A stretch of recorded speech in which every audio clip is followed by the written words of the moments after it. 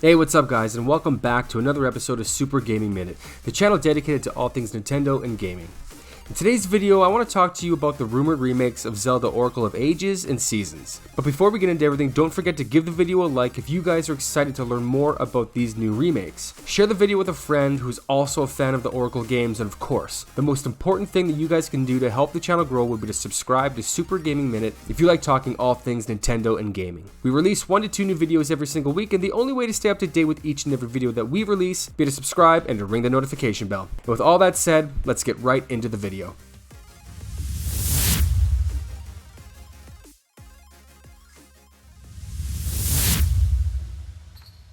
Oracle of Ages and Seasons were released on the same day in 2001 for the Game Boy Color. Following the success of the Pokemon series, these Zelda games were meant to complement each other the same way that Pokemon Red and Pokemon Blue had. And just like the Pokemon games, the Oracle games could interact with one another through the use of passwords or link cables, allowing players who had both copies to expand upon the story of each game, with the true ending being inaccessible until both versions had been completed.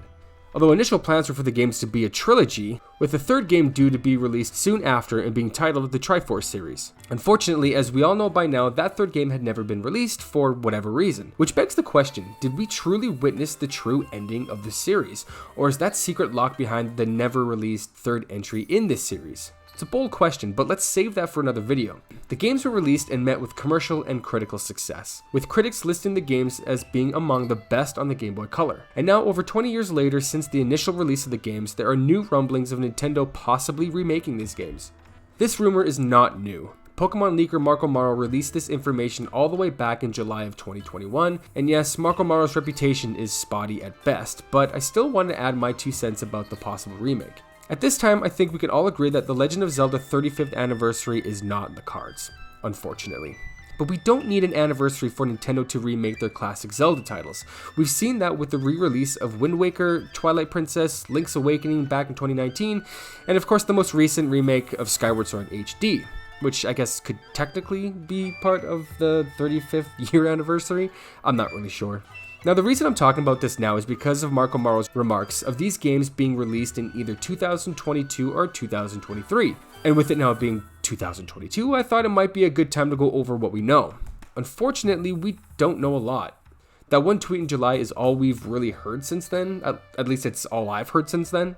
Now, I honestly am not sure if I believe Marco Maro about these rumors quite yet, but Nintendo is definitely building upon its reputation of re-releasing older Zelda titles on the Switch, and with the recent re-release of Link's Awakening, they already have a wonderful game engine developed to make the games, and the fact that chronologically they do come after Link's Awakening in the Zelda timeline, it would be a great time to revisit these classic titles, and possibly even release the rumored third version of the game that fans have been wanting and waiting for over 20 years. Marco Maro also made the claim that Nintendo has been working on other Zelda remakes, including Wind Waker and Twilight Princess. And yes, before you say that it was already done, please remember that these titles were on the Wii U, a system that had extremely low sales and a platform with games that Nintendo keeps porting over to the Nintendo Switch. Now again, I have no idea what to think about Marco Maro, as their reputation as a Nintendo leaker is somewhat spotty, but they did happen to predict Splatoon 3, Advanced Wars 1 and 2, and a new WarioWare game, so I guess we'll just have to wait and see what happens.